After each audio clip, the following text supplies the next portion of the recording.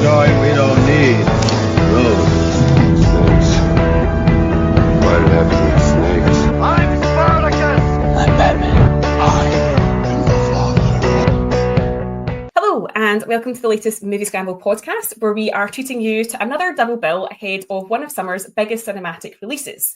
We are going to be talking to you about Rage, a feeling that John only has when Jeeves the butler serves his gin and tonic in the wrong glass. But we also have a special treat for you today. As it is Father's Day in the UK at point of recording, I am being joined by two of the internet's favourite daddies. It is John and Simmy. How are you both? I am good, yes. I got a nice shirt from my son for Father's Day, which was quite nice as well. And they also gave me a card with a tenner in it. This is a standing joke. Anytime anybody gets a birthday card or anything, it's a tenner on a card that you get, which is obviously really nice, yeah. But I was thinking that you'd probably go along the lines of the daddy of the podcast with Thomas as well, so yeah. That's good. Simmy, how's things? Good to have you back. It's good to be back. Yeah, things are good with me. Like I was saying just before recording that, I've just been working away. And when I saw you were doing this, and I had previously just watched them, I thought, I just really want to have a chat about these films. Like I said, I don't really get a chance to have much discussion in work.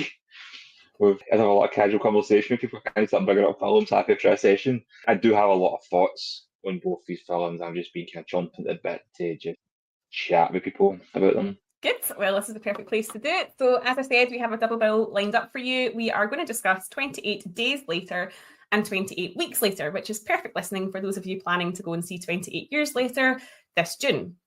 So let's start with the obvious, 28 Days Later. The film was written by Alex Garland and directed by Danny Boyle, hitting cinemas in 2002. It stars Cillian Murphy, Naomi Harris, Christopher Eccleston and Brendan Gleeson, to name but a few.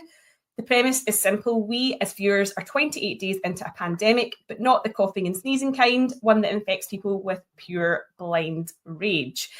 So, as we revisit 28 Days Later, what are your memories of going to see the film initially? Did you go and see it in the cinema? And how does it work several years down the line ahead of this new release? John? I remembered that at the time, and I was massively impressed with it at the time. But for whatever reason, I don't think I've actually watched it since then, which is really kind of weird for a film that did come across as being so interesting, so stimulating, shall I say. I had a lot of thoughts about it at the time as well. So yes, going back to it was a bit of a joy, because obviously with the impending release of the new film, I'd kind of forgotten most of what I'd seen. You still see stuff about it, like the odd meme and things like that, and you go, oh yeah, I remember that, but I'd remembered very little about it outside of the shell of the story. So yeah, it was good to get back into it again.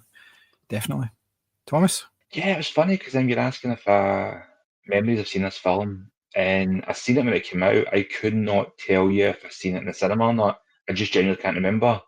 I do know I had it in DVD, and I've seen it loads. It's like one of my favourite films. I've watched it so many times. I watched all the extras in the DVD, learned a lot about the film, but I hadn't seen it in years.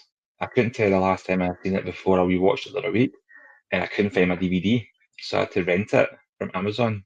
As much as I could remember all the beats and the story and the plot and everything, what really took me by surprise was how the film looked. And that's, and it's like, and well, I suppose we'll get into that later. I suppose we'll talk more in detail about the technical aspects of the film, but yeah, that was the thing that really took me by surprise. However, just to touch on that, it's the first time I've seen the film in years. I have probably not watched it on a flat screen 4K TV that's trying to upscale it. And I've not definitely watched it on like a bigger screen. So I've always seen this movie more or less the way it was meant to be shown until recently, when it's been stretched out at a bigger telly. Ah, right, okay. I watched it for the first time during the pandemic for shits and giggles. Seemed like appropriate watching, but I was really taken aback by it for several reasons, which we'll get into. But we'll start with performance, because obviously I feel like this was the film that sort of launched Cillian Murphy's career, or sort of made him more visible. And what do you think his portrayal of Jim is like in terms of evolving from sort of this vulnerable character who wakes up obviously not understanding what's happened in the world to essentially taking us through the rest of the film? Why do you think performance was deemed so compelling, I guess? so naive to begin with. He's naive in a way because he wakes up obviously 28 days later after the rage epidemic, and he doesn't know what's going on. So he doesn't have like any sort of markers about what's actually happening. So the fact that Cillian Murphy can take him from that character, and then obviously there's a whole journey of him, and it's all really about survival, isn't it? And the things that he has to do in order to survive, and that kind of hardens him and changes him. And you can tell in the way that he actually brings sort of certain aspects to his performance. The sort of initially it's a sort of wonderment because he's just kind of wandering about, not really knowing what's going on. But then when he actually starts encountering, shall we call them zombies? Shall we not? Whatever. With the infected. Yeah, I Danny think the infected. Boyle doesn't call them yeah. zombies. Yeah, Yeah. of course. Yeah. So just call them infected then. It changes them, and it kind of his sort of naivety disappears very quickly when he has to do certain things in order to survive. And it shows in the way that he actually holds himself and everything. Just he becomes just more hard, if you like, and that comes through in the performance quite well as well. So yeah, I thought it was excellent. I thought it was really, really good for such a young actor to be able to do that, to be able to pull that off as well. Yeah, very, very good. Yeah, just to echo what John was saying there. But bear in mind as well is that we all know Cillian Murphy from probably this film till now. And you think of the career he's had in that time, the iconic roles he has I played, the know. awards he has won. But going back to this, and like, as I was saying, I seen this film when it came out. I had no idea who Cillian Murphy was. It was more or less. I think in terms of the rest of the cast as well, they were all pretty much unknowns at the time. They're not the household names that they then become. It's very easy to kind of think back and realize, oh, they must have been bigger actors, but I think if you look through the IMDb, you probably wouldn't know as much from them before. But he's great in this because he wakes up with that sort of naivety. He's just kind of wandering about London, and he seems phased, but he doesn't seem terrified. He seems worried. He seems a bit astonished, but it's very dreamlike as well. Not just in the way it's shot, but his performance. He just sort of wanders about. He's picking up cans of delicious looking Pepsi that keep I getting know shown. this film definitely is sponsored by Yeah. Pepsi, isn't it? And he's just sort of wandering about in that hospital gown, and he's got his wee plastic bag and that, and he's wandering about kind of areas we all recognise, and it's just something very grounded, but dreamlike about his performance, especially at the start. And as it goes on, I think it's good to know as well that watching the film, not to get any spoilers for later on, but people can say it's quite jarring how the character evolves quite quickly. But we don't know what this guy is like beforehand.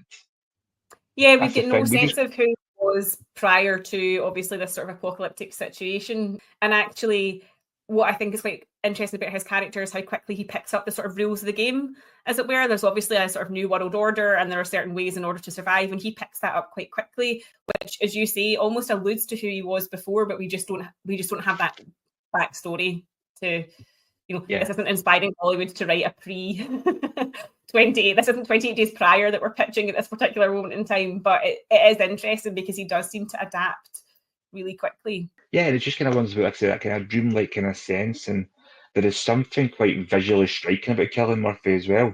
And how thin he is in this movie. Yeah, his eyes, but he's also been in this coma for 28 days, so he looks really gaunt and really thin, and it's just difficult not to keep your eyes. It's difficult to take your eyes off him, and as you say, he's got his very striking, piercing eyes as well. Wondering about London, and even just the way he walks in that, he's not just walking about. There's something quite childlike, almost. It's like watching Frankenstein taking his first steps. Yeah, it's very, he's obviously been in a coma, so like his body is also just like getting used to walking and using all its functions again, and you definitely get that sense of him really, really quickly. We also, as I mentioned, the cast includes likes of Naomi Harris, Brendan Gleeson, and Christopher Eccleston. What did you think of their performances and how they drive the sort of drama and emotion throughout the film? I feel like Brendan Gleeson is involved in one of the most iconic scenes in the film in particular, but what did you think of them as a sort of support? I'm calling it a supporting cast. I feel like they all have their moments, but yeah, we'll call them supporting cast for now. Yeah, ensemble cast maybe. Yeah, actually that's probably fair. Yeah. I thought the cast really kind of rounded it up really nicely, especially Chris Eccleston. I'm sure we'll get to later. But fun enough, watching that film at the time, even kind of looking back at it, he was probably the most recognisable actor in that movie. Well, was he not Doctor Who at the time? No. When was he No, Doctor Who? that was 2005, 2004, Oh, right, okay, 2005. right, okay, so yeah. Well, he had been in Our Friends in the North. I'm sure he was in that. He was, so and he still didn't let him have it as well. So he like two kind of TV things, yeah. Mm-hmm. But Naomi Harris is good because it's good when you get her character right off the bat because she's the hardened warrior and she's just very cold and very like I will kill you in a heartbeat, which obviously becomes a very motif of the film. But she is sort of there to kind of like get us up to speed. She's an exposition vehicle in many ways as well, but it never feels forced. Yeah, completely agree.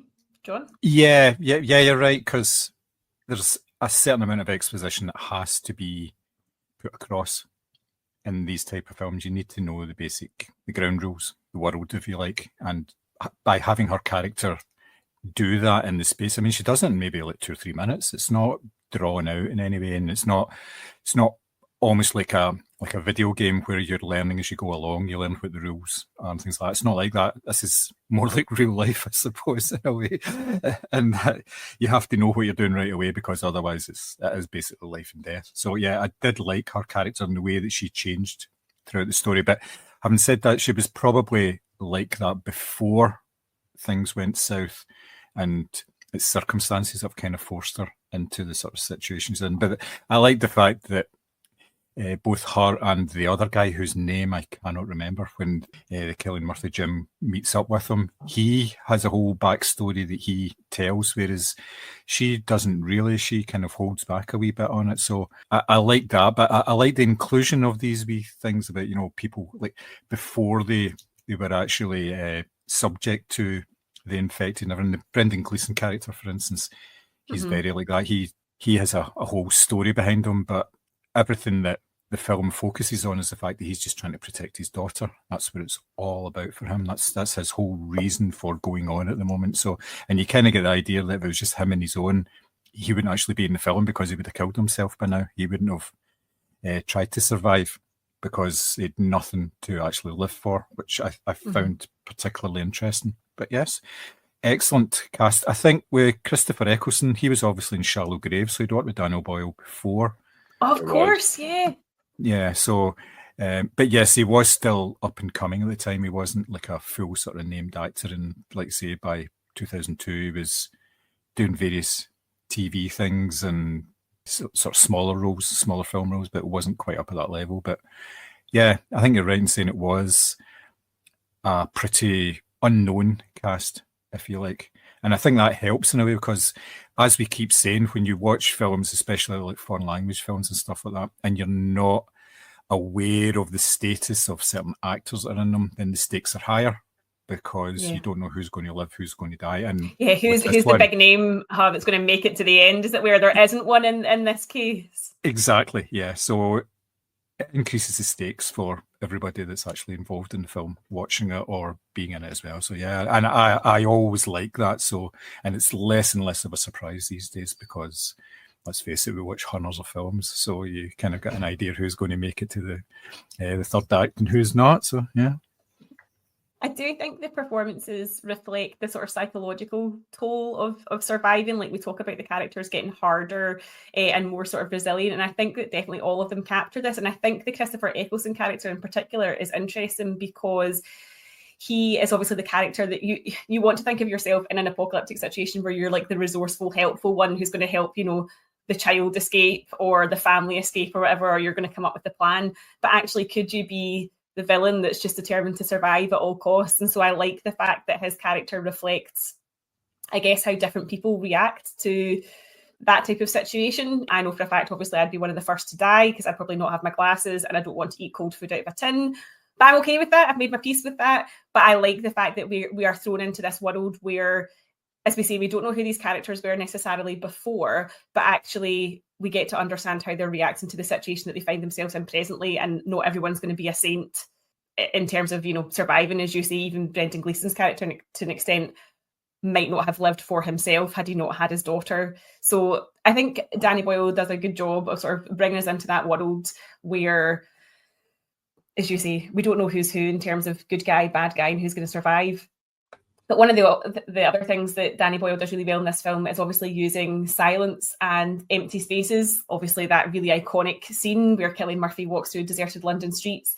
How does that contribute to the sense of dread that you get when you watch this film? Because I feel like it's immediate that when you start watching, you're like, this is wrong, and this is not although it's dreamlike, you're like, this is not a dream sequence, because there's something that feels inherently bad here. So how do you think that sort of silence and space kind of plays into that? I suppose in many ways, kind of looking at London, that deserted, and knowing it's not digital effects, knowing they've actually managed to block this off from a production point of view and seeing it in the film, it gives it, I don't know if uncanny valley is the best way to describe it. No, I think you're right. I think, yeah. There's something familiar but unsettling about it. And the fact, I mean, they haven't just picked a random site. They've not like picked like Manchester or Edinburgh or anything like that. They've picked London, one of the most busiest cities on the planet, especially the UK.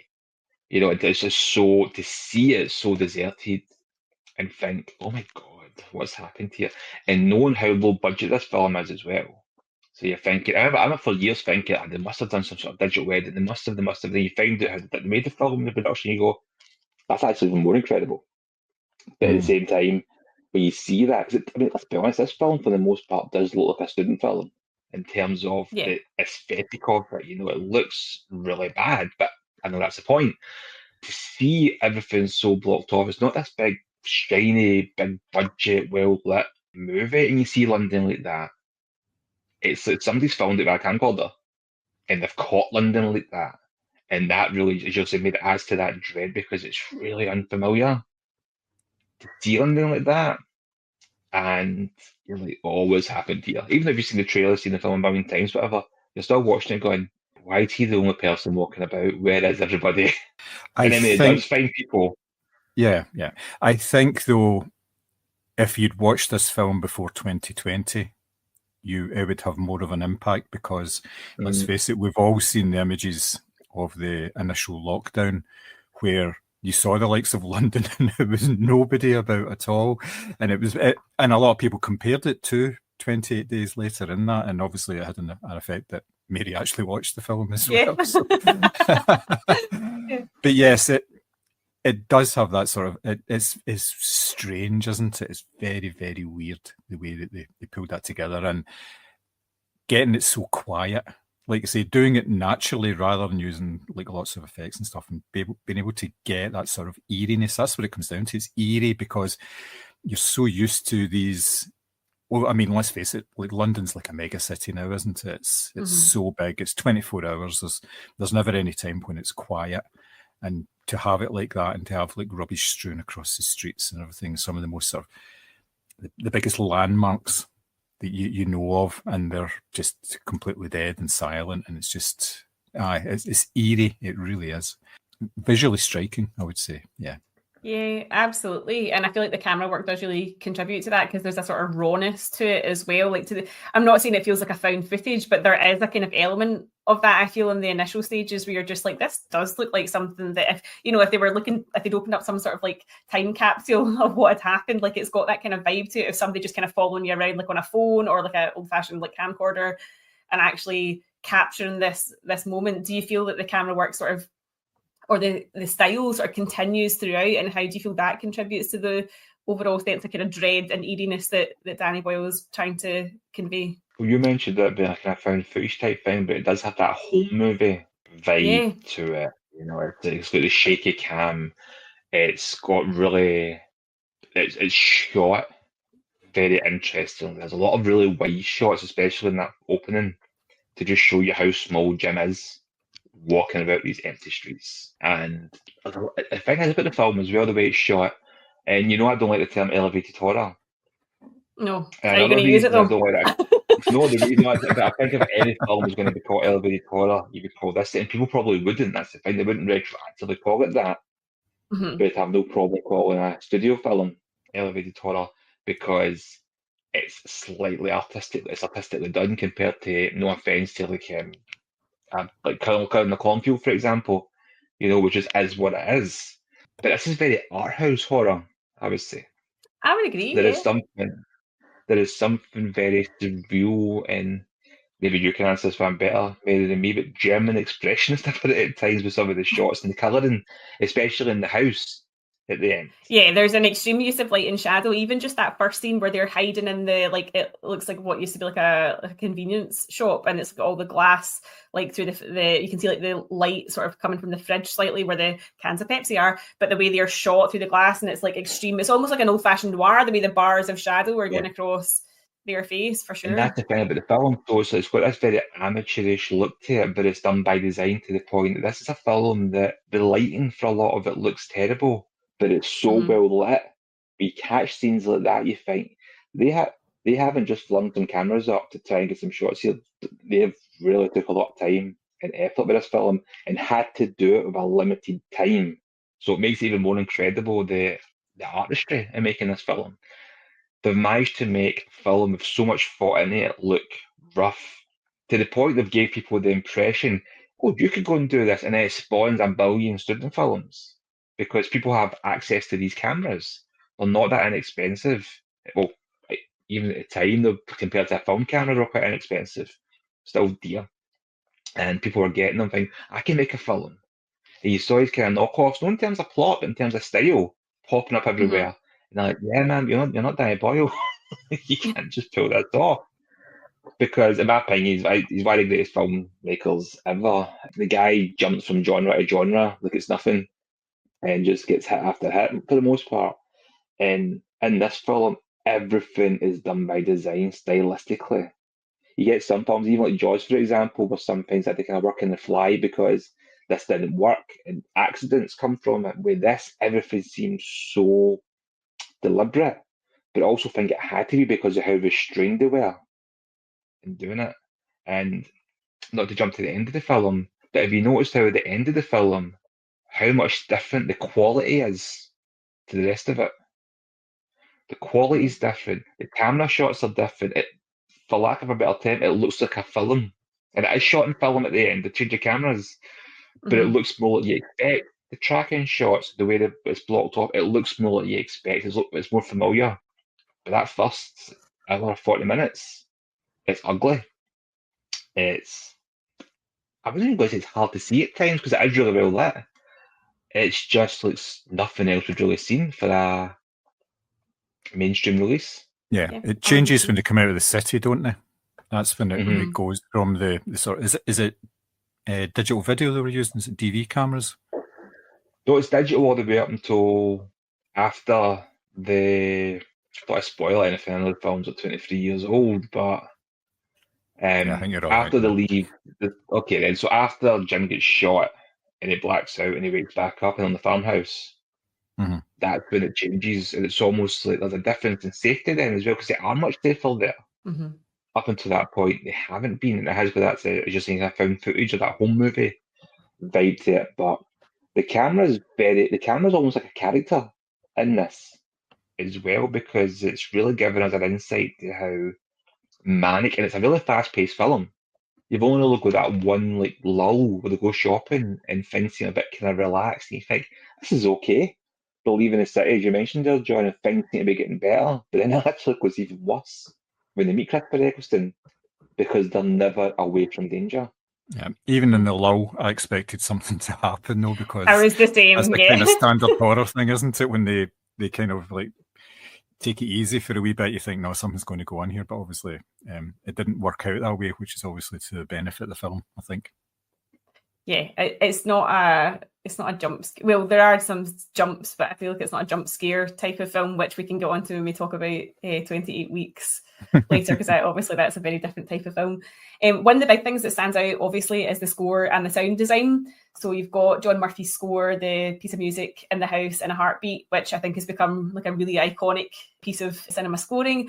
But you've also got the sound design, which I feel sort of distinguishes the infected from maybe traditional movie zombies in terms of the way they sort of communicate, I suppose you would call it, like the noises that they make, the way they comport themselves.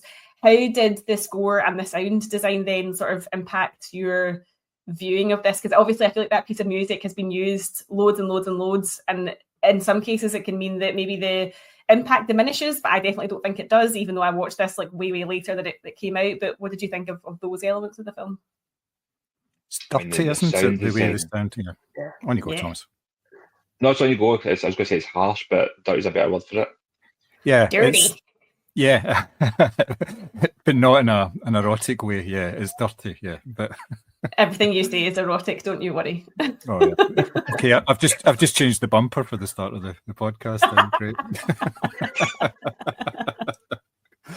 No, it has to be sort of dirty and squelchy and everything, because let's face it, when you see the infected, there's nothing clean and nice about them at all. And I'm sure we'll discuss the actual the look of them in a short while. But yes, the sound is really, really important, and it has to reflect what you're seeing on screen, and this definitely does. There's nothing pleasant about it, and it doesn't need to be anything pleasant about it at all. So yeah, it is really kind of you don't really get used to it at any time.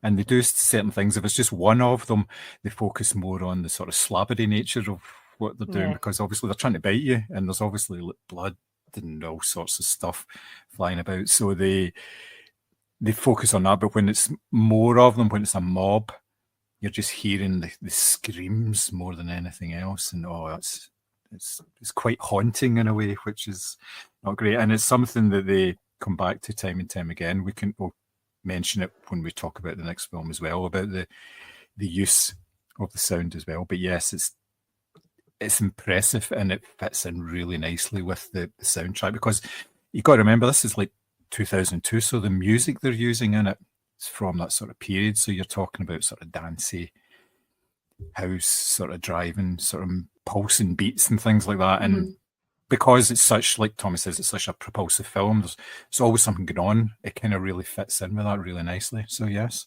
very impressive indeed. And obviously a lot of thought put into it, the same as every other aspect of the film. Yeah, it's just harsh, very harsh, and it's jarring. And as John was alluding to as well, it never lets you just sit back. Whenever there's always something happening, and you get those lulls, as John said, you're expecting horror film tropes, that you're expecting jump scare, you're expecting something to go wrong.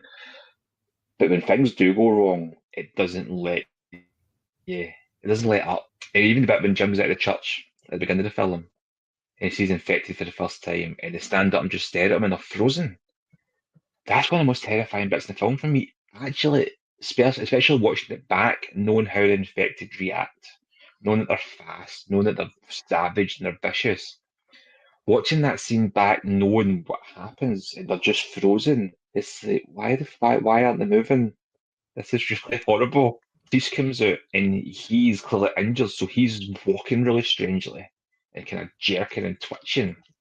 And again, the sounds he's making, it's not your typical zombie style noises of like Night of the Living Dead. That's great. I'm not meaning that derogatory towards that, but they don't sound like they're dying. Not in the same way. They don't sound like the death rattle of a decay. There's too much of a frenetic energy still pulsing through them.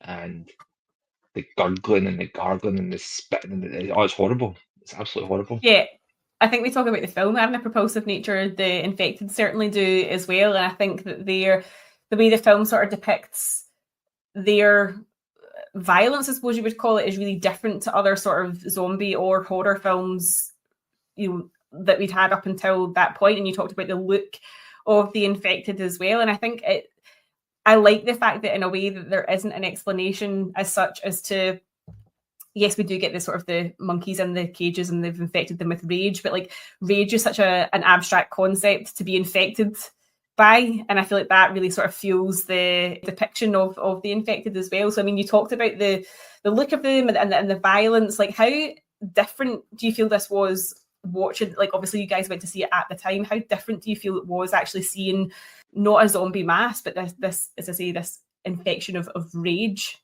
Was it really striking to see something like that at the time? Yeah, because up until that point, I mean, I mentioned earlier on that Danny Boyle specifically doesn't call them zombies, and it's that kind of debate if they're zombies or not. And for all intents and purposes, I suppose they are. they bite you like that, you get infected, you become that undead style person. But up until that point, the typical zombies were slow. That's the thing. And you kind of think to yourself, after a zombie apocalypse, I could probably run away. It's like To be clear, I you have never can run for thought these things.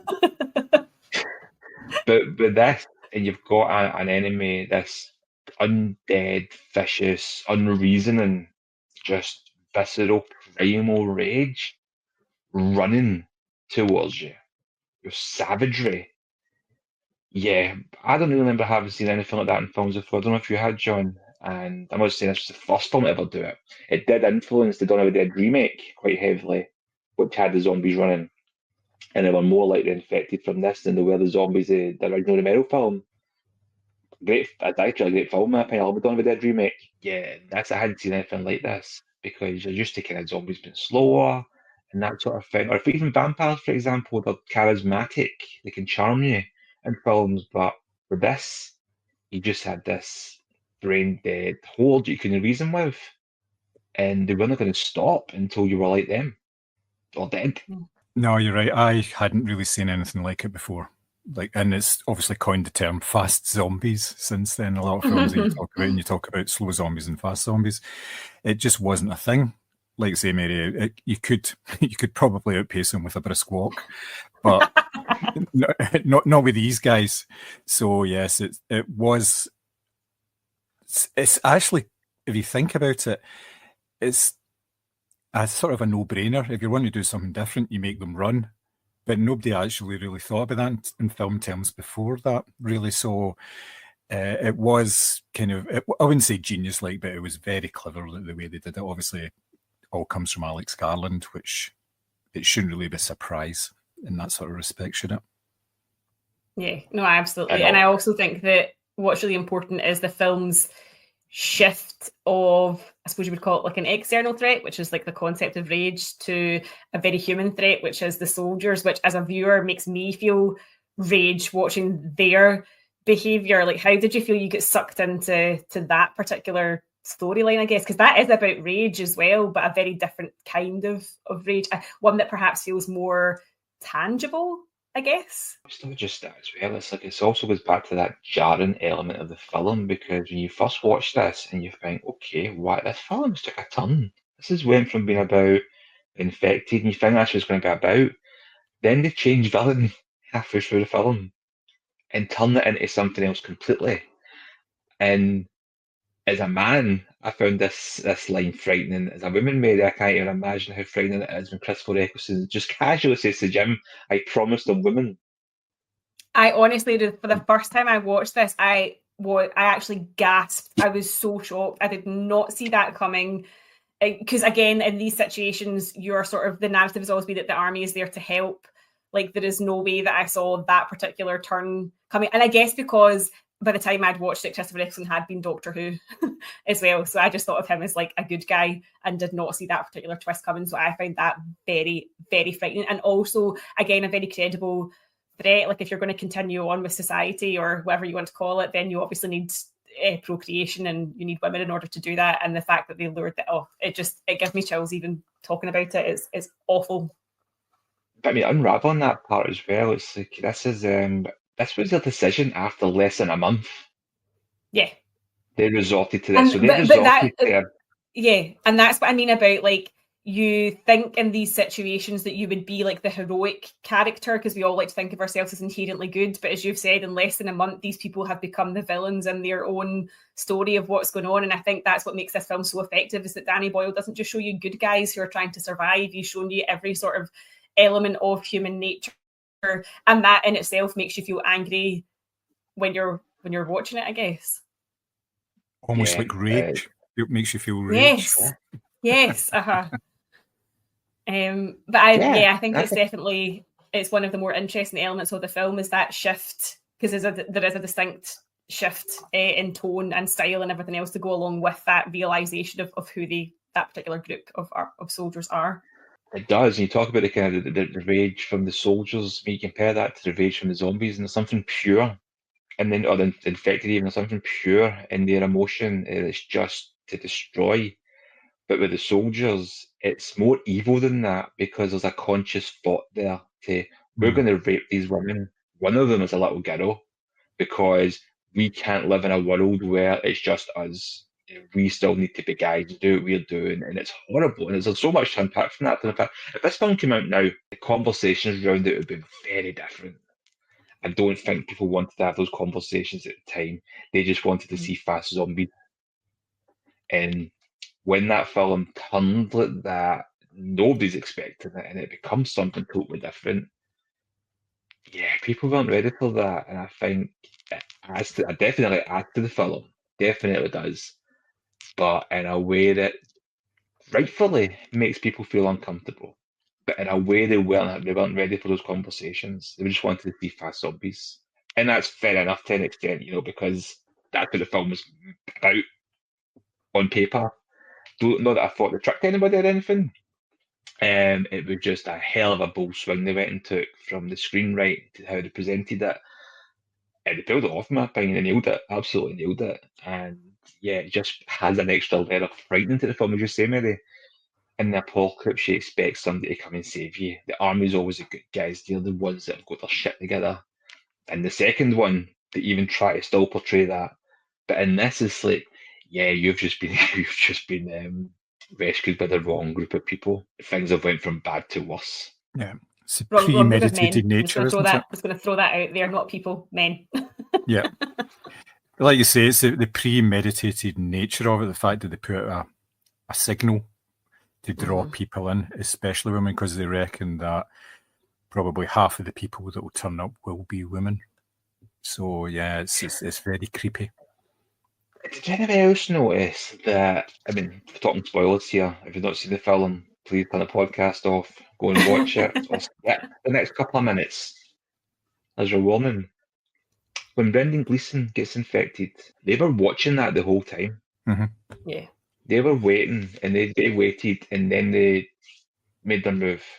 But they were they were assessing that entire situation that whole time.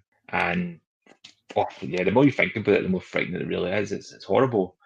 I can't remember your initial question now, Mary. But oh no, it was just about reflecting the sort of shift, and as I say, there's the sort of abstract threat of rage in its purest form to the very credible threat of what these soldiers are plotting. But I think it all sort of feeds into so I was looking at the sort of the themes of the film, and people have said it's an allegory for post 9/11 anxiety. They've talked about sort of civilization versus savagery. They've talked about rage as a concept, as a metaphor rather for sort of human nature. And I think all of this sort of everything that we've talked about there sort of feeds into that. The post 9/11 thing I think was quite interesting because it was talking about sort of uncontrollable threats or unseen threats. It's obviously not something that occurred to me while I was watching it, but I guess again, if you'd watched it at the time, it probably would have maybe seemed a bit more obvious. But I definitely think this is a film that is it feeds on your anxieties and it makes you feel anxious watching it, and part of that is this notion of you hope that you would be the hero, but that's not necessarily true. Have you come across that before about the sort of the 9/11 allegory or the sort of collapse of society or unseen threats? Have any of you heard of that before, or have I just read something absolutely wild? The 9/11 thing was by accident because the film was sort of heavily into production at the time when that. Yeah, that's what I was thinking. It must have been too far along for it to have been a deliberate. Yeah, but the whole thing about world unrest and everything and things really going to shit have obviously been about for a long time, and they drew on that, especially with the initial news footage that they showed at the very start of the film. It was all to do with the fact that there's so much disturbance and problems in the world and everything to do with that. So 9/11 was obviously an extension of that. So that was something, it was just the timing of it brought it to the fore, and people talked about it in those sort of terms when it came out, because a lot of people don't think about how long it takes to make a film. It takes 2 years to sort of go from start to finish, even if you've got a script. So yes, you're talking about sort of not fortuitous timing. That would be as if they'd kind of planned it around that whole thing. But yes, it was part of the narrative at the time. Definitely was. So obviously the film has one of the most sort of iconic sort of opening sequences with the walking through London. How did you feel like the ending of the film sort of, do you feel like it was sort of wrapped neatly in a bow? Were you anticipating there was going to be any sequels? How do you feel that rounded things off? I think I was always waiting for a sequel. Quite. It's just because you love a sequel. You love a sequel, yeah. I'm looking forward to 28, 100 years later. But with this, I mean, there's an alternate scene. There's an alternate ending where Jim dies, and they filmed it, and it's not as good. I prefer this end. I like the happy ending, or the happy ending you can get from it.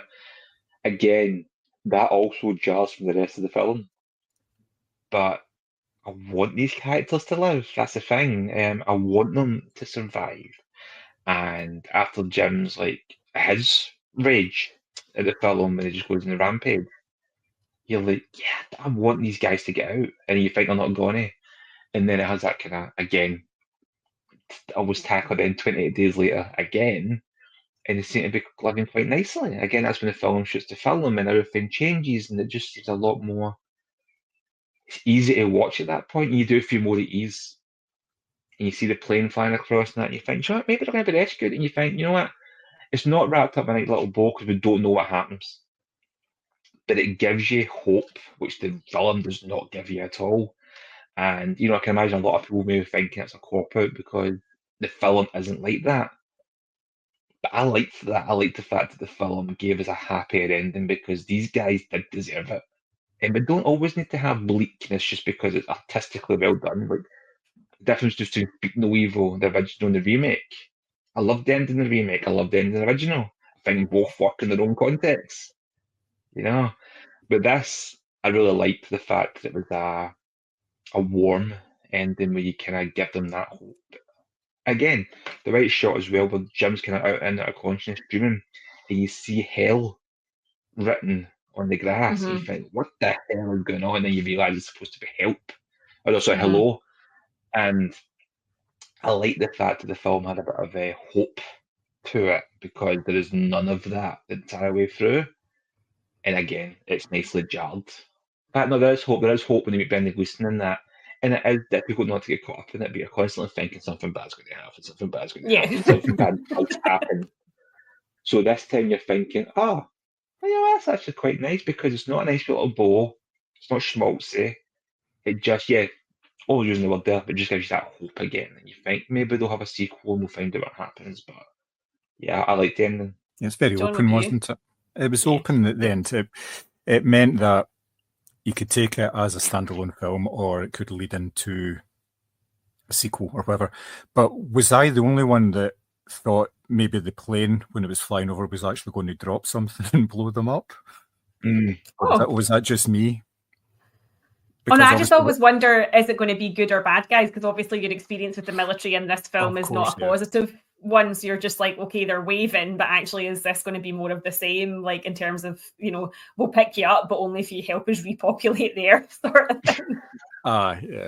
Yeah. But I thought the ending was appropriate. And like Tommy says, there's a few alternates actually on the DVD extras as well, which were very interesting to watch. There was a couple of different ones, wasn't there? Yeah, I mean, Mary, do you know there's a whole second half of the film that was different? No, I've got them both on DVD, but I didn't watch any of the extras. I just watched the films. I'll need to go back and have a look at that, actually. They don't shoot it, but it's storyboarded, and it's worth looking at. It's a totally different film. Wow. Okay. Mm-hmm. It pivots at the point where Brendan Gleeson gets infected. As well. Right. Okay, no, I'll definitely watch that. That sounds really, really interesting. I was just so focused on actually watching the films themselves that it didn't occur to me to go and watch those, but I definitely will, especially as it gives a really different film. Again, it's kind of what we were talking about, if a different director had got their hands on it, etc. So it kind of fits into all of that. So I assume both of you would recommend this film and would encourage people to go and see it. But even though that you don't necessarily have to do your homework before 28 years later comes out, but I would assume you would encourage people to give this a watch or a rewatch. Oh, 100%. Yeah. I think you do need to watch it before probably watching 28 years later, because you need a wee bit of background. I suppose you do, yeah. Yeah. And especially since there is going to be a trilogy of films. Mm-hmm. So it's not, there will be callbacks. I would imagine, to some elements of the film. This one and the next one that we're going to talk about as well. I'd imagine there would be something in there that won't be vital, but it'll be. Direct, maybe. Yes, yeah, I think so. Well, I think there may be returning characters as well. I'm not 100% sure, but I think. Are we all thinking Cillian Murphy's the corpse in the grass? No, Said but it isn't. yeah, I know, they've I'm said only it's joking. not. It's just because everyone said that was him, and I thought if Yeah. I was Cillian Murphy, I'd be bloody raging. It's like a grey corpse with a string of hair, and they're like, "Oh, that's Well, Cillian maybe Murphy for sure." Well, maybe that's Danny Boyle's point. He's like, I want Cillian Murphy to rageful again. The film's about rage. The whole thing's about rage. It's just about rage. Yeah. Make you raging. The film's gonna be terrible. Just want you raging. He has actually been listed as an actor in the second film of the 28 Years trilogy. Whether that's actually a bit of misdirection, I don't know. But he has actually been listed in that as well. So, because obviously there was all the speculation about him being one of the infected at that point, which doesn't make sense because the infected die, if you think about it in this film. Or is it the next one they talk about the infected dying? Yeah, they do. Which does obviously bring us nicely on to the film sequel, which is 28 Weeks Later. This film came out in 2007 and was written by Rowan Joff, Jesus Olmo, Enrique Lopez Levine, and Juan Carlos Fresnadillo, who also directed the film. It is set just over 6 months after the first film, and we have an entirely new cast here, including Jeremy Renner, Robert Carlyle, Catherine McCormick, which is a nice throwback to our 1995 episode, Rose Byrne, Idris Elba, Imogen Poots, and the wonderfully named Macintosh Muggleton. So we are plunged into post-pandemic London, where US-led NATO forces have been tasked with killing off the virus and making plans for repopulation. But needless to say, all does not go to plan. So again, did you guys see this in the cinema? What were your impressions? Did it hold up to 28 Days Later? Because I feel like these have come out like quite close together, whereas we've got a big gap before the third one comes out. What were your thoughts going into this sequel? I didn't see this in the cinema. I do remember that. I thought the opening of this movie is one of the greatest things I've seen. It was terrifying. It was so well done. And then the rest of the film just bombed hard. Very quickly. Okay. Yeah. It just came off the rails really early on. It didn't get any better. And I watched it again a couple of years ago for the first rewatch, thinking maybe I'll give it another chance. And I'm watching it, and I'm watching the opening going, oh my God, I forgot how good this was. This is amazing, blah, blah. This film isn't as bad. Here we go. And then it just went the exact same way. And then because I watched the first one, I rewatched it again another week.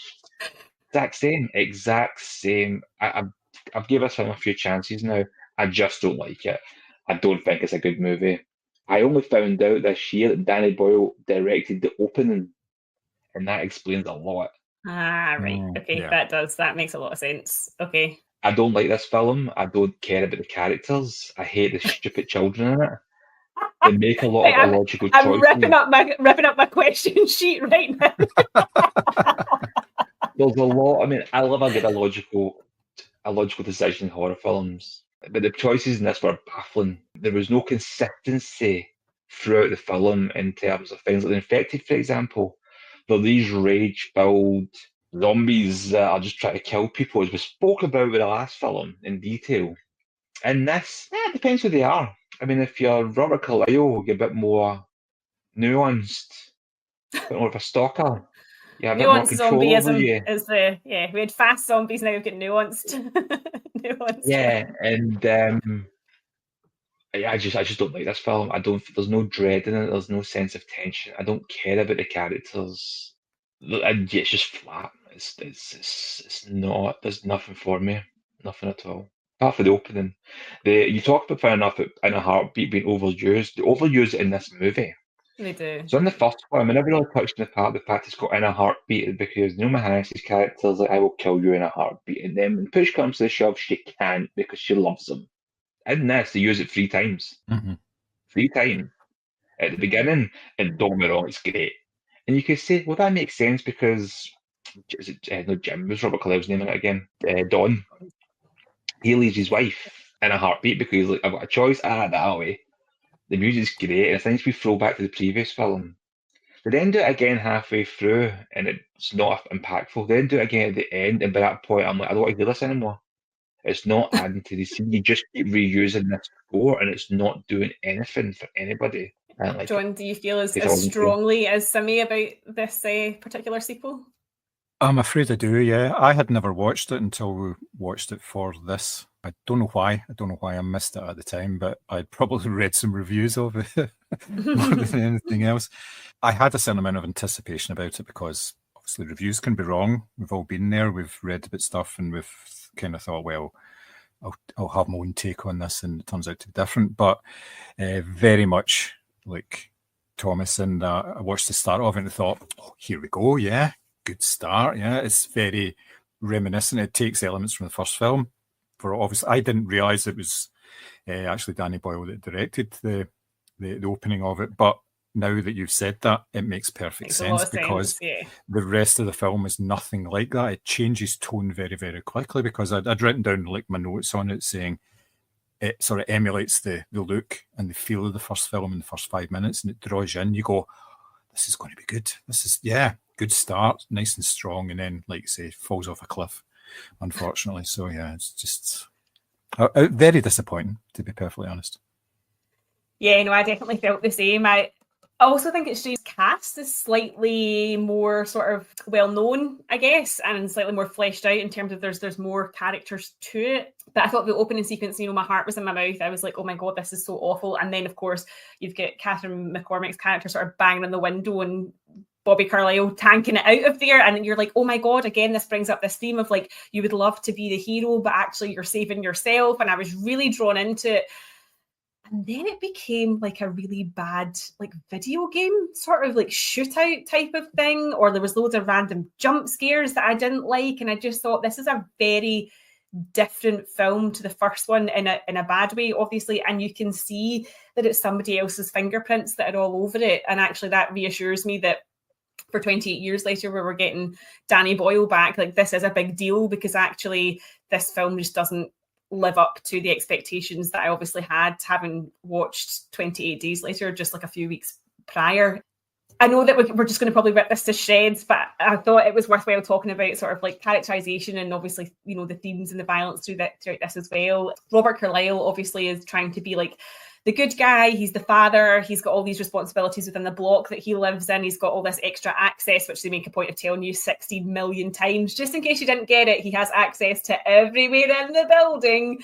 But what did you think of his performance in the film? Because maybe he's trying to do something different with the infected. I did quite like the scene where he becomes infected from his wife. I thought that was somewhat sort of watchable and kind of touching and had all these sort of emotional elements to it. What did you think of him in this film? Because he obviously is kind of the main driver of it. He's great. I mean, the performances are fine in this film. You mentioned about the kind of the bigger cast, but even at that, Jeremy Renner wasn't very well known at this point. I think the Hurt Locker was still to come. Mm-hmm. And for me, I could be wrong. I think you're right. I think I'm imposing sort of retrospective perspectives of these people onto a film that came out. Yeah. Because even Idris Elba, I mean, like, it was in The Wire, but other than that, I mean, yeah, you're right. But you look at this cast, it's a really good cast. Robert Carlyle, to be fair, though, was pretty well known, so I think the cast is still better known overall. But he's great in the film. I don't know what his character was meant to be, though, because at the beginning of the film, you see him abandon his wife, and that doesn't really have any other point to it other than a plot point. And you're right, that scene with the reuniting is quite good, but he did need to abandon his wife for that for them to reunite with that and for that whole scene to happen. I don't think there was any emotional payoff from that. And also, I'll get on to the bit with his wife in a minute, but he's really good in it. I just don't know what he's meant to be doing, because is he a coward? Is he trying to do the right thing? Is he trying to be a dad? Is he trying to rebuild society? There's no clear arc for him. There's no clear motivation for him. He just seems to bounce about from scene to scene. And when we first see him, he's quite heroic, and then he gets really cowardly, and you're like, whoa, that's dark. But you see him fighting infected and stuff, and he seems like he's got a bit of an action hero type guy, and then he just runs away, and you're like, whoa, how's this going to play out? Doesn't really. there's a scene where he's talking to his kids, and you think, okay, this could have something to it. Then the film becomes about the kids, and I'm like, I don't care about them. These kids aren't interesting enough for me to focus on them. So it then pivots back to Robert Carlyle. Then he gets infected, and it's no longer about him. It's about the kids again. And I'm just like, why can't we focus on the things that are good in this film? Why do we keep bouncing about? There's too many characters that they keep trying to give equal time to. And it just always bounces back to the kids. The film's about them. I don't understand why it does that. It's a strange choice. And you get his wife. I mean, these films always have unanswerable questions. I get that, but why didn't Infected kill her? They couldn't infect her. They could have still killed her. But she seemed to fight her way out an army Yeah, I get what you of mean. infected. Yeah. She fought her way out an army of infected, then get back to her house. Just so happened to bump into her kids. It just so happened to take her back to the place where Robert Carlyle worked. There was a lot of very convenient things that happened to get to the plot, and they weren't subtle either. It was very kind of like obvious, and it was all that just happened just so the infection could kick back off. I don't know. I'm not a screenwriter. I'm not earning millions to make films, but he could have just had the infection still there Yeah, I outside the think walls. it's obviously trying to do something different in terms of like there's the hint that Catherine McCormick's character is obviously like it's not even a hint, it's not subtle, that there's a suggestion that she's the cure because she can obviously have the virus in her blood and it's not turning her into anything. But of course, having her in the facility, no matter how secure it is, because Robert Carlyle has access to everywhere, obviously poses a threat. John, what did you think of the sort of different characterization? Then obviously, as I say, you've got Robert Carlyle in the lead role. I definitely did not care for Tammy and Andy, the kids' characters. I would have loved to have seen more of Robert Carlyle. What did you feel about the sort of casting in general, and did it work for you? As Simi says, it's quite a big cast and it does sort of bounce around between a lot of different storylines. I think a lot of them were kind of wasted because a lot of the characters were kind of like just cutouts of what you'd expect from these type of films. There was nothing original in the way that the characters in the first film were pretty original and believable more than anything else. The fact that, I mean, if you think about it, you're 28 weeks after this actually all kicked off, and yet security isn't tight enough to stop kids getting out in the first place. That's, you know, and the fact that they would do that, and the fact that Robert Carlyle has been through such trauma, and yet he leaves enough doubt in their minds about what actually happened to their mother, so that they actually want to go and do something. And I know it's just plot reasons that it's all.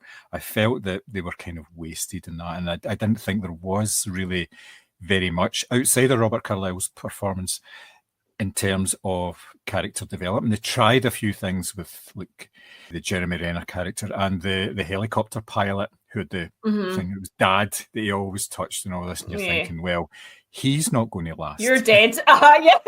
Yeah. Yeah, exactly. It's the standard, you introduce something personal to outside of the core cast. Yep, they're not going to survive it. And that kind of screenwriting is very easy to do. It's very safe, and that's pretty much how I describe this film. It's kind of a safe sequel. It's not taking chances. It's just trying to, it's almost like a cash grab, I think.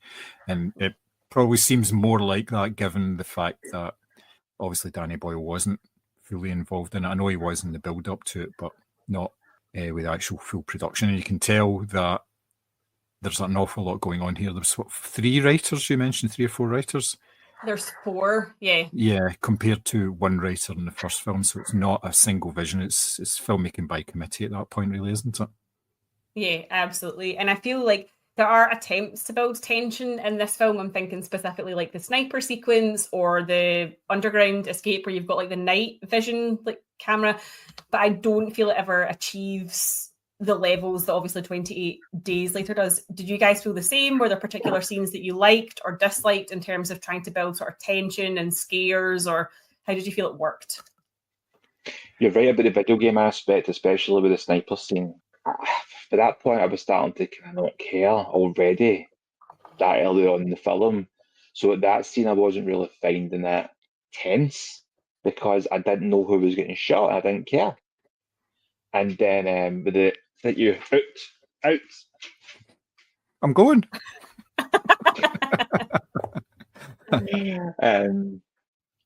And then with the underground scene, for example, where you've got the night vision and that, and that should have been a really tense scene, but by that point, I just didn't care, and it became clearly obvious to me these two kids were going to survive because that's what the whole film was about.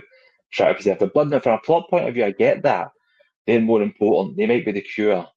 Make them interesting then. Make me care about them. I feel like Make me want I them feel like to they live. tried to. I feel like they did try to give these interesting elements, like for example, the fact that he had like the two different coloured eyes because his mum had it, and obviously like, there was this notion that like her genes were so strong, and I feel like there was elements where they tried to infuse like a genuinely interesting story into it, and they just never really materialize, and instead they focused on what like these sort of bigger set pieces, like as I say, the sniper sequence in the underground, and it kind of just became a bit of a mess. Well, exactly, Yeah. because even like even with the helicopter scene, where it's Harold Perrineau, his name is Romeo and Juliet, Oz, Lost, from been loads, but that scene when he killed all the zombies with a helicopter, and I'm like, okay, this is pretty cool, but this isn't the Really? sort I of thought that was film shit. No, I mean, but yeah, but in the context of the film it was in, it didn't work. Right, okay. But as a standalone set piece, I liked it. But by that point, I'm like, okay, is it now just a big dumb stupid action film? Because if it is, tell me that an hour ago. Don't try and do it now. The film was tonal all over the place. It didn't have an identity. First one does. This doesn't. As you're saying, John, filmmaking by committee. Everybody's trying to get their shit in, and make their mark on it.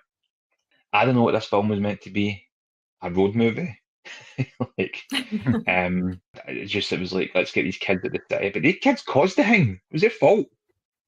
And Yeah. obviously because Robert Carlyle had all access area to everywhere in case you missed that part of the film. It's funny because I didn't even really realise that until you mentioned it. And I was like, do you know what it is though? Because John and I have spoken about there's a reboot of Rebus, and like was it the cardboard boxes, John, in the first episode where they were like, Yeah. And all I can think of now is I'm not calling it exposition, I'm calling it cardboard boxes. So for me in this film, when Robert Carlyle kept swiping his card or telling his kids I've got access all area, I was like, oh, it's the cardboard boxes again. But yeah, I feel like that makes we had Pepsi in the first film, we've got Robert Carlyle's access all areas in the second film. It's just a bit sort of ubiquitous. John, tension for you, how did it work in this film? Do you think it worked at all? Actually, I mean, Sabi and I are sort of slating it here, but I don't know if you thought any sort of particular big set pieces worked for you or... The sniper set piece worked for me, but the whole lead up to that did not work for me at all. In that, like, you've got the scene where Robert Carlyle, like you say, with full access, gets in to see his wife. Now, the whole logic behind all that is that obviously he can get in everywhere, but also they've got this asset that they've never found before, somebody who's infected but still human, and they don't whisk her away to another more secure facility or anything. They just have her there, and they don't guard her as well. There's maybe a guard walking along the corridor that he can avoid by just waiting a couple of minutes till he goes past. And there was that, and then when he actually broke out, and they obviously with any sort of military setup, they've got these evacuation plans and emergency plans. But their emergency plan for everybody, for all the civilians, was to stick them in a car park underneath the facility. And you think, fair enough, right? Okay, they're putting them somewhere that's safe. But then Robert Carlyle bursts through some double doors at the other side, and you're thinking, so it wasn't very secure, was it? They hadn't really thought it out very well. And at that point, that's when the film, I mean, it was starting to go downhill quite early on, but at that point where he bursts through the door and it's just like this sort of standard horror character, starting to wreak vengeance, it is very like growling. Halloween. Yeah, and you're thinking, oh, are we in fuck off? This is just nonsense.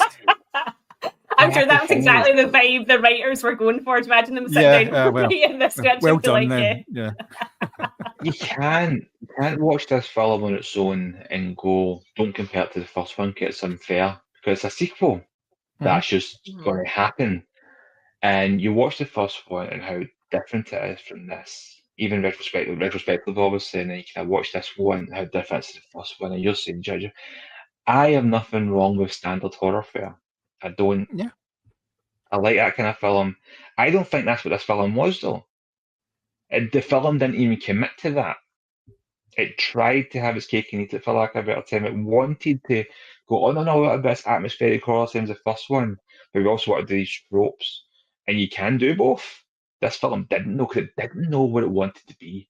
And then you had like, Robert Carlyle zombies, you say, smash it. I like the scene actually when you didn't know who was infected, who wasn't. It reminded you of Yeah, I that did scene like in the that as first. well. Yeah. It reminded you of the exposition part of the first one. I think it was Mark, the character was, who was Vanilla Mhm. Harris. Mm. He talks about losing his family, and he looks down and he couldn't tell who was infected and who wasn't. That scene reminded me of that, whether it was deliberate or not. And I like the idea that it said, you know what, this just shows you how quickly the infection can spread. And then next thing you know, London has fallen, Sadiq Khan has failed again.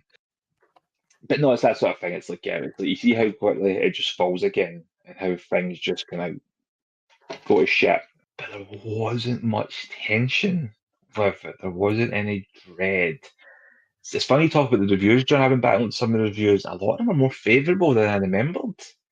And people Really? talk about the atmosphere. Yeah, and I remember a lot of people saying that it was atmospheric, and I thought, I did not get that at all. I didn't think that the film struggled to get its identity.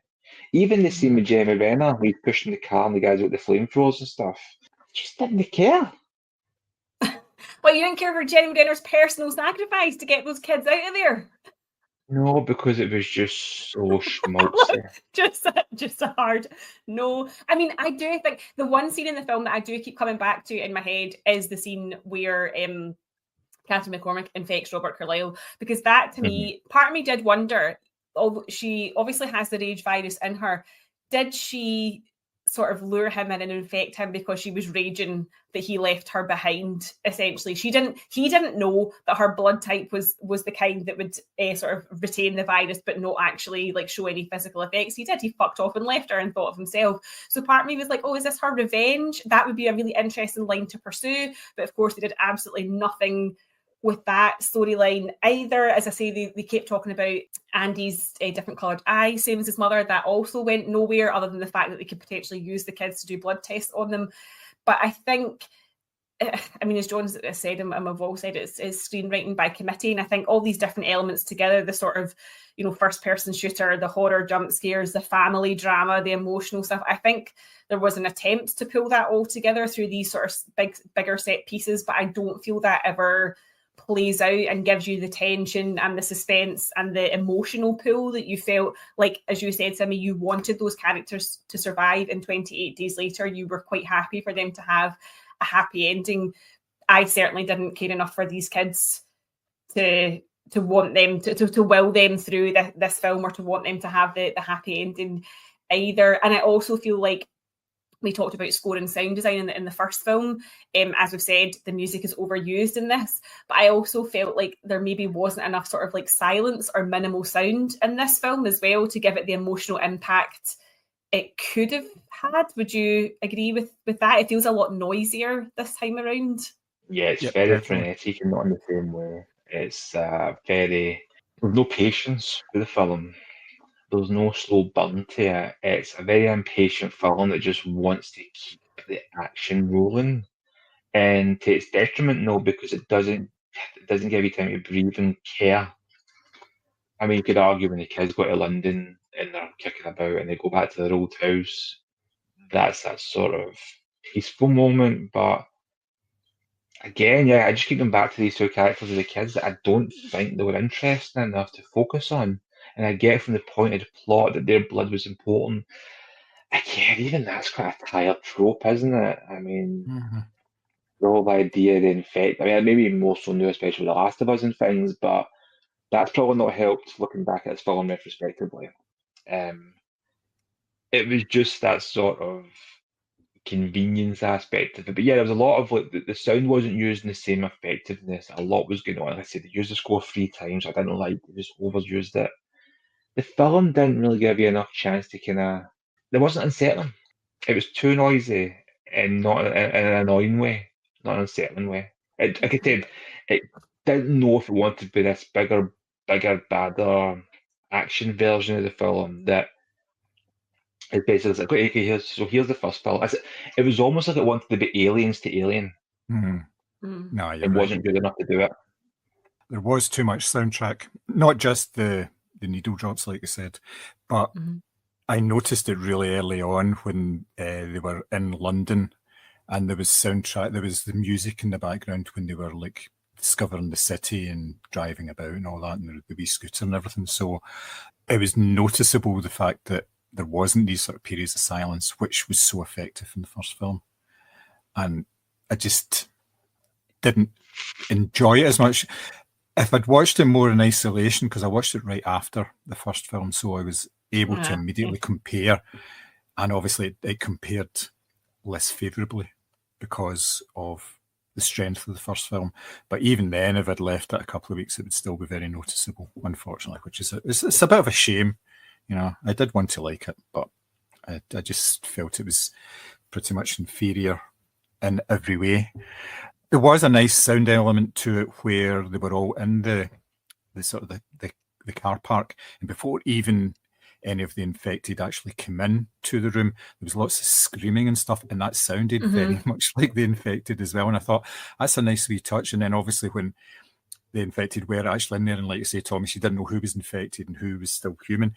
That And did the work. sound Yeah. levels, yeah, it increased. The sound levels increased, and you just didn't know whether it was the screams of the infected or was it screams from the people trying to get away. So that, yeah, that was good. But yeah, they burst that bubble pretty quickly, unfortunately, as well. So wasn't ideal. Something I'd like to say, obviously, you talk about the whole underlying rape thing in the first film. Now, in the second film, Robert Carlyle goes into a room where his wife is tied down on a bed, and then the first thing he does is he snogs her. Yep. I think that both of these films, to a certain extent, have something to say about maybe perhaps the treatment of women in not even, it doesn't have to be a post-apocalyptic situation. It is just generally sort of like how women are treated when they're at their most vulnerable, I guess. Obviously, the apocalypse being the background for the vulnerability. But yeah, even the fact that the treatment of Catherine McCormick's character, she goes from being, you know, a woman and a mother trying to defend her house to a medical commodity. And therefore she's strapped down in a bed, she's left on her own, and there's no sort of like, you know, nobody comes in even just to check on her, to try and have a conversation with her, to try and support her emotionally throughout all of this. And her husband, his first thought is his own guilt about leaving her behind, and therefore tries to make it up to her with like a romantic kiss or whatever. Joke's on you, Robert Carlyle, because you're about to go absolutely fucking mental. But yeah, I think the treatment of women in both films is really quite striking in the fact that, and even like the Rose Byrne character as well, she's not believed, she's not listened to, you know, she's given the responsibility for the children purely because she has ovaries, I assume. And yeah, there is a lot of like this post-apocalyptic society, whatever you want to call it. It's very male-dominated, male opinions, male structures. You know, we just can't get a break from the fucking patriarchy. Even when people are literally ripping each other's heads off, it's like, no, we still have to listen to the men. And I also think as well that even the military in this film, although they've obviously tried to soften the portrayal with, as you say, somebody like talking about their wife and kids back home and Jeremy Renner having jokes and banter and stuff like that, they're still given the order to pick them off, whether they know that they're infected or civilian. It's like, no, just wipe them all out. Like, so actually the attempted repositioning of the military doesn't even make it through to the end of this film. They're still just following orders and killing people. So yeah, it's an interesting concept. It will be interesting to see what 28 years later looks like in terms of structures of society and any sort of female characters. I await with bated breath for sure. Mm-hmm. Yep. Yeah, and there's that. It will be. I mean, if it wasn't Danny Boyle that was making it, I would be very. If it wasn't like the original or the kind of OG guys coming back type thing, I would be more skeptical of. Because that's Alex Garland writing it again, isn't it? It is, Yes. yeah. Yeah. So they two, just incredible partnership. If it wasn't those two doing it, I'd be more skeptical of it because maybe as a film that doesn't work as a sequel. As a film, it's very self-contained from many, because you couldn't make a sequel the same style. You couldn't try and do it in the same style. You would need to do, and that's the thing with this film, you have to do something different. With 20 years later, they have to do something different. They've shot it differently. It's not going back to let's use the camcorders and that. That was lightning in a bottle. They're not going to replicate that. How they follow one, I am very curious to see. And I said, if this is Aliens to the first one's Alien, I hope it's not Alien 3. Although we do have a bald cult leader guy in it in Ray Fiennes, so maybe it will have that sort of element to it. No, I'm really looking forward to it. I think it looks great. It's got a great cast, and unlike the previous films, it's got a very well known cast this time. Yeah, I feel like they've ramped up how well known the cast is each time. And I think interestingly, like we talked about how the first film has like this notion of hope at the end. Obviously, this film doesn't. There's this notion that it's going to, like, there is the insinuation that it's just the UK this has happened to, right? It's like it's a completely sort of cut off island, and the rest of the world is continuing as normal. Like everybody else is going about their daily lives. It's just the UK. But of course, this film ends with the infected hitting like Paris through the metro. So it even ends on a completely different note and a much darker note in comparison to the first film, which, as you said, Simi, is slightly imbued with this kind of sense of hope. Do you think that'll inform how 28 years later opens, or has like different types of themes, different levels of violence? How do you think the ending of this film is going to impact the next sequel? Or do you think they're just not going to touch this at all because it's not, it's a different writing team? Well, as you were saying as well, John, is like this is the first of a new trilogy. Did you say? Yes, it is, yeah.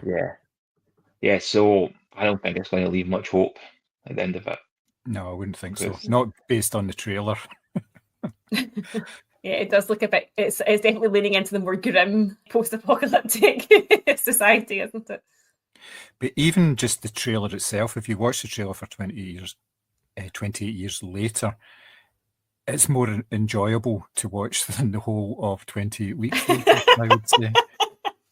There's more inventiveness in that trailer alone than there is in that whole film, which is poor, obviously.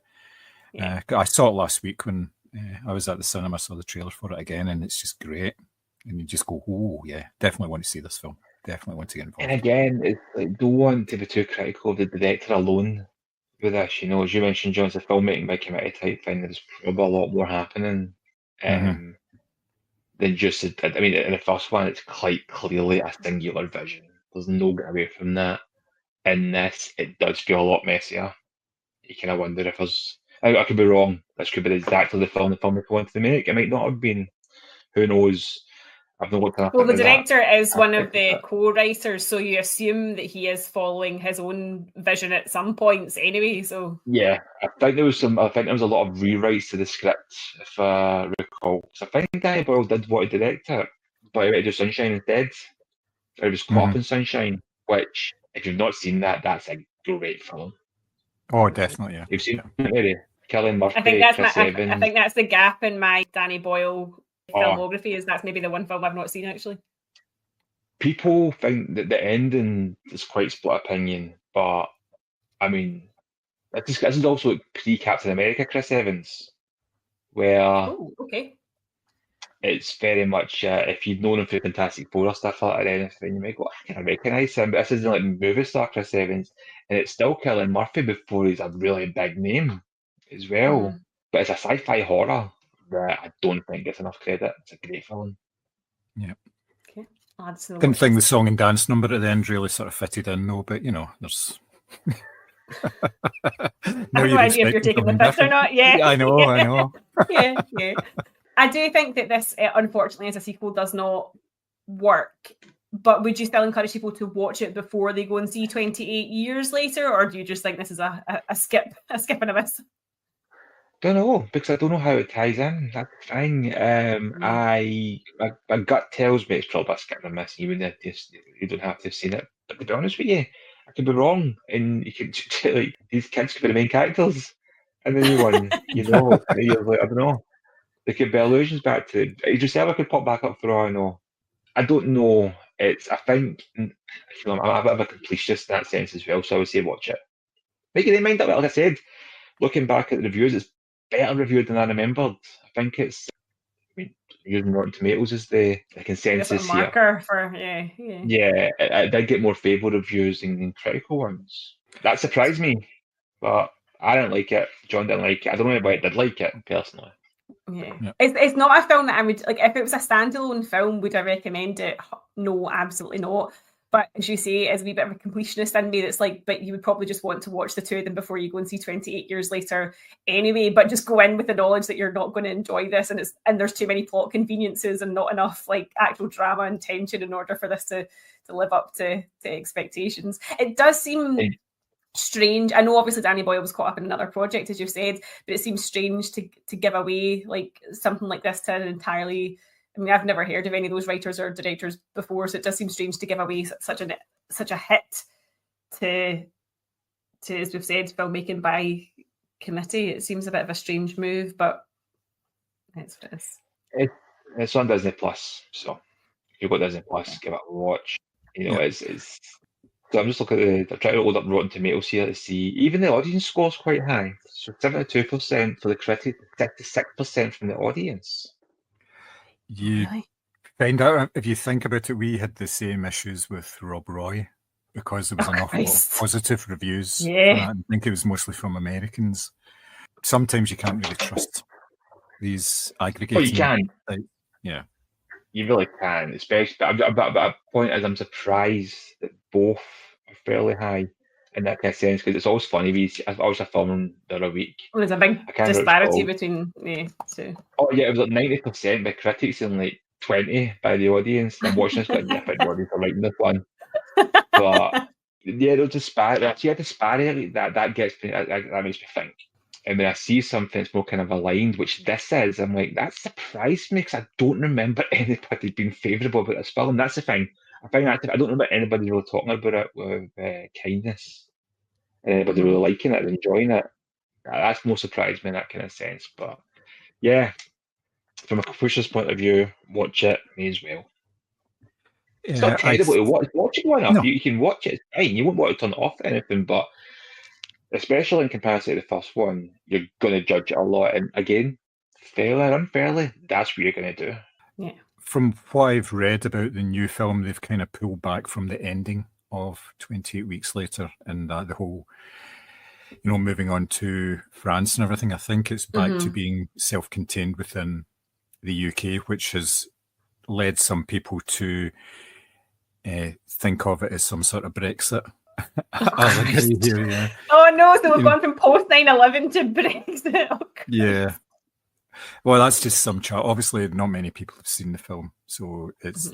I suspect there will be nods to the second film in that, but whether they actually expand on it, I very much doubt, because this is much the baby of Alex Garland and Danny Boyle here, isn't it? Rather than the actual, like Fox, for instance. I think they bought the rights back to the film, so they are able to develop the sort of sequels in whatever way they want. And they're obviously going for it in a big way, obviously with plans for a couple of films. So yeah. But yeah, I would say watch it, if for no other reason than, like you say, Thomas, completist reasons. And most people are completists when you're talking about film franchises, aren't they? So obviously 28 Years Later comes out in UK cinemas in June this year. So obviously you can listen to this podcast beforehand to refresh yourself before you jump into the new film. In the meantime, you can find us on all of the usual social channels, including YouTube and Blue Sky. And if you want to drop John an email, you can email podcasts@moviescramble.co.uk. But until our next episode, it is bye from me. Bye. Bye.